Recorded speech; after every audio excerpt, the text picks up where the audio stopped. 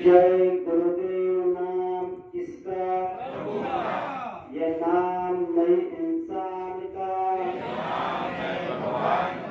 आओ सतयुग आपका, स्वागत है, आओ सतयुग आपका, स्वागत है। तो प्रेम से बोलिए जय गुरुदेव।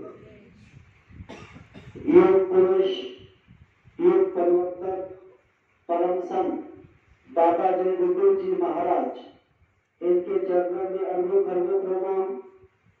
सृष्टि रचयिता ईश्वर भगवान, उनके दृश्य अदृश्य शक्तियों को भी कोटि कोटि प्रणाम। यहाँ पर उपस्थित विभिन्न संगतों से आए हुए सभी माता पिता भाई बहन, सबको मेरा प्यार भरा जय गुरुदेव। आज का दिन बड़ा शुभ, बड़ा पवित्र। क्यों? क्योंकि आज के दिन गुरुवार, इसमें कोजागिरी पूर्णिमा, इसे शरद पूर्णिमा भी कहा गया है। और 12 माह के 12 पूर्णिमा इसमें से विशेष पूर्णिमा वो होती है कोजागिरी पूर्णिमा। देखा जाए तो 16 तारीख मतलब कल, आज की 17 तारीख, इसके बीच में जो रात आई, उस रात्रि में हम आप सभी लोगों ने कोजागिरी पूर्णिमा मनाई होगी। आखिर में कोजागिरी पूर्णिमा क्यों मनाते हैं? इसका कोई रहस्य होगा, इसकी कोई जानकारी होगी, इसका कोई महत्व होगा, इसका कोई लाभ होगा। तो हम आप लोगों ने कथा कीर्तन प्रवचन में सुना है कि इसी रात में इंद्रदेव लक्ष्मी इस पृथ्वीलोक में भ्रमण करती है। दूसरी बात, उसी दिन भगवान श्री कृष्ण ने गोपियों के साथ में रासलीला की। तीसरी बात, विशेष मतलब उसी दिन जो त्रेता युग में रावण थे, उसकी जो पत्नी थी मंदोदरी, उसका जन्म हुआ। वो जन्म कैसे हुआ ये मैं आपको आगे बताऊंगा। तो कोजागिरी पूर्णिमा का मतलब क्या? कौन जागरण करी, कौन जागरण मतलब क्या? कौन जागृत होगा, कौन जागरण करेगा। उस दिन जागरण करने से क्या मिलता है? हम आप लोगों ने सुना होगा, जो चंद्रमा है, जो हमारे बाबा जय गुरुदेव जी महाराज ने पूरे मानव जाति को जो सत्संगी प्रेमियों को समझाया, नामदान देने के समय समझाया कि जो हमारा तीसरा नाम होता है उसका रूप समान, वो देवता, काला डब्बा नहीं, श्वेत। तो वो क्या करता है? वो देवता इस मृत्युलोक में अमृत के बूंद टपकता है। क्या टपकाता है? अमृत के बूंद। इसीलिए उस रात्रि में, आधी रात्रि में, हम आप सभी प्रेमियों को ऋषि मुनियों ने यह समझाया कि उसी रात में आप खीर बनाना या दूध को गर्म करना। जब दूध गर्म करोगे तो चंद्रमा से अमृत के बूंद टपकेंगे। जब वो बूंद वहां टपकेगा तो वो अमृत जब हम पिएंगे तो क्या होगा? हमारे अंदर में से अज्ञानता खत्म होगी। क्या होगा?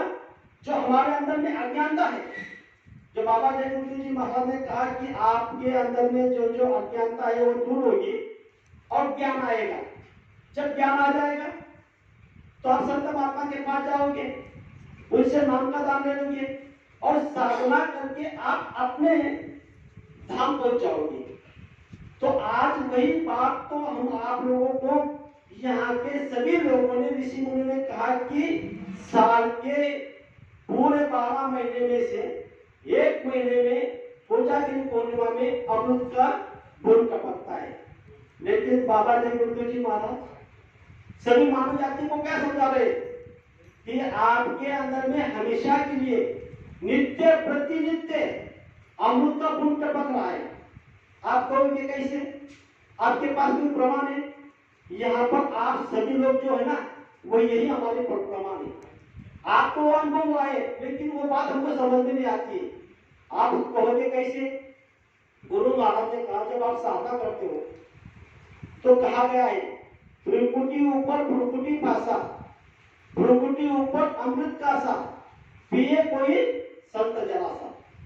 जब आप साधना करोगे, दूसरा स्थान का जब नाम लोगे, उस समय आप लीनता से, भाव से, श्रद्धा से, विश्वास से, प्रेम से, विरह से जब आप उनको पुकारोगे, उस समय आपके अंदर में एक अमृत का सा है। वो कहा है भ्रुकुटी भाषा के ऊपर, भ्रुकुटी भाषा का है त्रिपुटी ऊपर। तो वहां से जो गुण टपकता है, जब हम साधना करते हैं उस समय में हमने कोई मीठा नहीं खाया होता, फिर भी साधना करने के बाद जब हम उठते हैं तो हमारे होठों पर मिठास आती है। ऐसा अनुभव कई बहनों को हुआ, कई भाइयों को हुआ है। वही बूंद अमृत का टपक रहा है, धीरे धीरे वो हमारे अंदर में टपक टपक टपक कर हमारे क्या होती है, बोझ बढ़ती है, आत्मा को बल मिलता है। जैसी जैसी आत्मा को बल मिलता है उसी तरह उसको क्या मिलता है, वो नाम रखे जाते हैं। तो आपको ये कैसे नाम रखे जाते हैं? ये हमारा शरीर है 5 तत्वों का, जल, पृथ्वी, अग्नि, वायु, आकाश। इस तत्व का पूरा भेदन जो कर लेता है, और जब आप उसके आत्मा की चढ़ाई कर लेता है, तत्व का भेदन करके तत्व का जो ज्ञान कर लेता है, उसे क्या कहते हैं? तत्वदर्शी। यहाँ पर समाज में, संसार में, कि वहां यहाँ ये प्रेमी की, ये भाई की, ये बहन की तत्वदर्शी तक उनकी पहुंच होगी। उसके आगे संत महात्मा बताते हैं कि इसी शरीर में चलते चलते जब आपका ज्ञान हो जाएगा, जब आप परिणाम स्थान तक आप चले जाओगे, तो आप क्या बन जाओगे? योगी बन जाओगे। योगी जब आप बन जाओगे तो आपका पहला स्थान हासिल हो जाएगा। फिर धीरे धीरे धीरे धीरे गुरु महाराज ने समझाया, जब आप दूसरा स्थान पर चले जाओगे तो वहां पर आपका पोजीशन योगेश्वर की हो जाएगी। जब आप उसके आगे तीसरा नाम तक चले जाओगे तो आपकी पहुंच महात्मा तक हो जाएगी। जब आपकी चौथा पोस्ट तक चले जाओगे, चौथा स्थान तक चले जाओगे, तो आप एक साधक बन जाओगे, साध बन जाओगे। महात्मा से ऊपर साध होता है, और जब आप साधक बन जाओगे तो उसके ऊपर में जब आप और आपकी चढ़ाई होगी तो आप संतान में जाओगे, तो आप क्या हो गए? संत समान हो गए। संत वहां से आते हैं, सतगुरु सतधाम से संत आते हैं। इसीलिए बाबा जयगुरु जी महाराज ने खोल खोल के बता दिया, संत अलग, परम संत अलग। संतों के परे जो होते हैं उसको परम संत कहते हैं। इसीलिए यहाँ पर बाबा जयगुरु जी महाराज ने सभी मानव जाति को कहा कि मैंने समय समय पर भेजा कबीर, नानक, पलटू को, दादू, दरिया, नाभा को।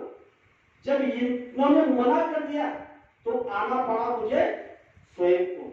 जब स्वयं बाबा जयगुरु जी महाराज मानव तन धारण कर लिया है, और हम सभी के लिए गुरु महाराज ने बताया कि जब कोई तीज त्योहार होता है, वो जब आदेश आपको मिलता है कि वहां उस समय में सत्संग रखना, तो उसका आपको पूरा पूरा लाभ मिलता है। तो कोजागिरी पूर्णिमा का आज जो आप लोग कोजागिरी पूर्णिमा मना रहे हैं, गुरु के समक्ष में मना रहे, गुरु के हाजिरी में मना रहे, और वो भी ऐसी जगह जहाँ स्वयं अनामी महाप्रभु के चरण स्पर्श पड़े लगे हुए, ऐसी जगह पर हम यहाँ पर सत्संग सुन रहे और कोजागिरी पूर्णिमा मना रहे। बताओ, तो आज दुनिया में सबसे ज्यादा धनवान कौन होगा? जो ऐसे तीज त्योहारों में जो संत महात्मा की बातों को मानेगा, वही होगा। हम आप लोगों ने कहा है, ज्या सुखाकार में देव वेदावला वैकुंठ सुमुनि संत सदगी आएगा। विचार करो, जो वैकुंठ में रहने वाले 33 करोड़ देवी देवता क्या कहते हैं कि हमें भी अगर मृत्युलोक में मानव का शरीर मिला होता तो हम जय गुरुदेव आश्रम मुखवाड़ी पर जाकर सत्संग सुने होते, वहां साधना किए होते, कोजागिरी पूर्णिमा मनाते होते, तब हमको कहीं बूंद मिलता अमृत का। तो यहाँ पर हमको अमृत का बूंद मिल रहा है। दूसरी बात, जब ये ऋषि मुनियों ने प्राचीन काल में ये सोचा कि भाई हमको कोजागिरी पूर्णिमा मनानी है, तो ऋषि मुनियों ने क्या किया? एक नदी के किनारे खुले में गए। जब वहां खुले में गए तो वहां पर उन्होंने दूध को गर्म किया, दूध को गर्म किया और ठंडा होने तक, और ऋषि क्या किया, चलो अब हमको हमारे पास समय है तो हम क्या करते हैं, तो नदी में जाकर स्नान करके आते हैं। तब तक ये दूध ठंडा हो जाएगा, फिर बाद में दूध को